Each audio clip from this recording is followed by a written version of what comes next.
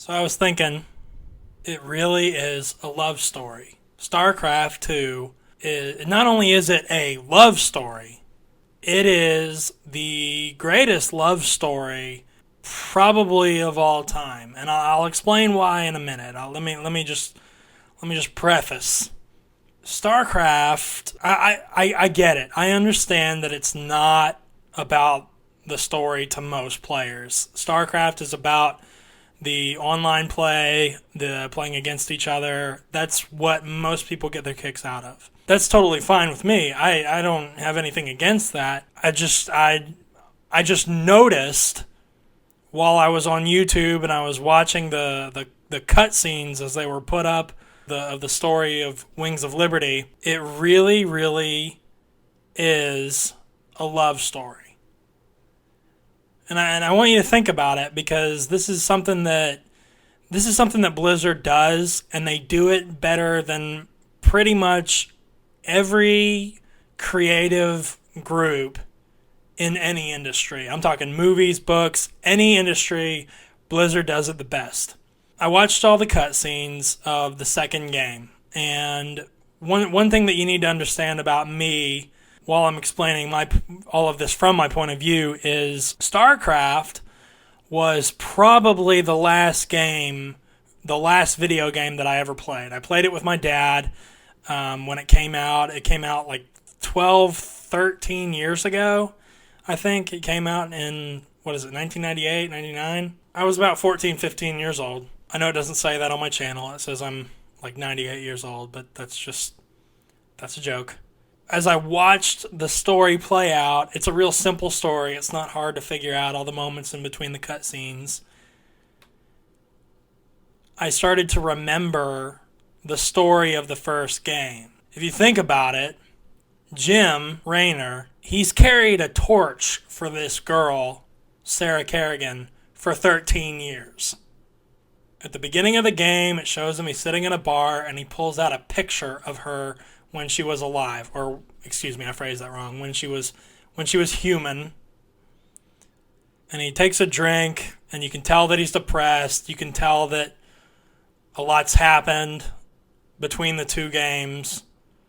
His face is all tired, and he looks like he's really worn out, and he's depressed, and he's given up, and he's basically pretty much where every guy is when he gets to be that age, maybe like early 40s, mid 40s. I don't know. I'm not that old yet, even though I'm 98, according to YouTube. His best friend from that book shows up, Tychus or whatever his name is, Tychus Findley. I read part of the book. My brother bought it for me for Christmas. As the story plays out, as I watched the story play out, I remembered all of the things that happened in the story of the campaigns of the first game and the expansion. Becomes a Zerg. She was human, and pretty much Jim Raynor at the end of the human campaign of the first game.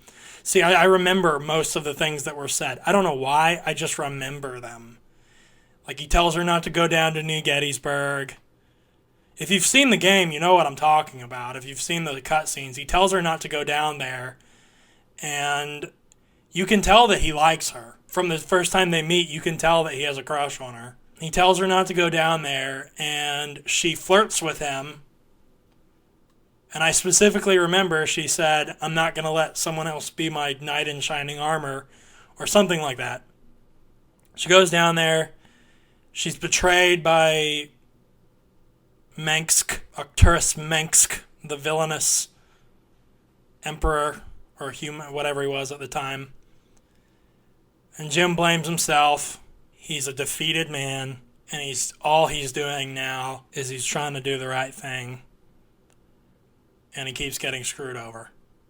He's screwed over like probably 10 times in the game. Second one starts, and as the story plays out, not only does he carry a picture around of her, but like 2 or 3 women like him in the game. Like, they actually make comments to him. One of them pretty much proposes to him, some kind of doctor. I don't really know where she came from. She just kind of I guess she's in the story somehow, and she basically asks Raynor to stop fighting and come live with her. And he very politely refuses her. The story plays out. He finds out at the end of the story that he has a chance to save her. And it's almost not even a choice. He just goes right into it. Gets the thing that turns her into a human. I have no idea what it is. Some kind of artifact. And the next thing you know, it's the last cutscene of the game. And he saves her life. Not only does he save her life, but he kills his old buddy. His old buddy who was going to kill her.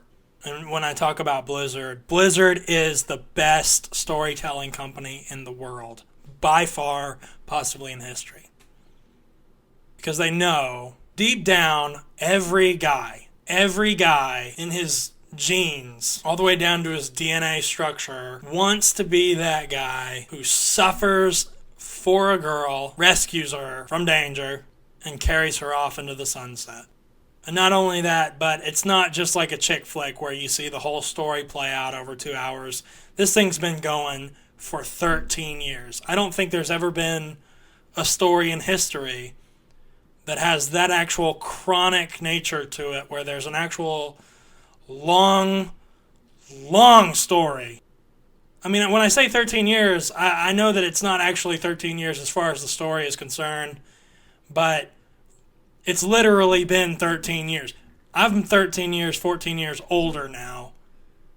And then when that story ended, I specifically remember being kind of sad because I had no idea what happened to all of them. They all split up, and they all go their own way, and they go astray, and that's the end of the story. They never let you know what happens. And not only is that a beautiful story in and of itself, but it's still not over. It's still going. It's the most genius storytelling group of people in the world, and possibly in the history of fiction, in the history of storytelling. I just looked it up, and yes, it was 13 years ago, and I specifically remember what happened was I played the game with my dad, and then my mom, my loving mother, cut me off from video games. She cut them off so that I could focus on school. And I only played video games occasionally over at a friend's house. And even after I got out of high school, I really never made the commitment to pick up a new console and buy new games. And I really, really, really want to play that Starcraft game, the next one coming out, Heart of the Swarm, because I really want to see what happens. And unfortunately, this computer it's fast enough to record my ramblings, but it's not fast enough for me to play. So I think I'm going to start saving up, and I'm going to try and pick up a good computer before that game comes out.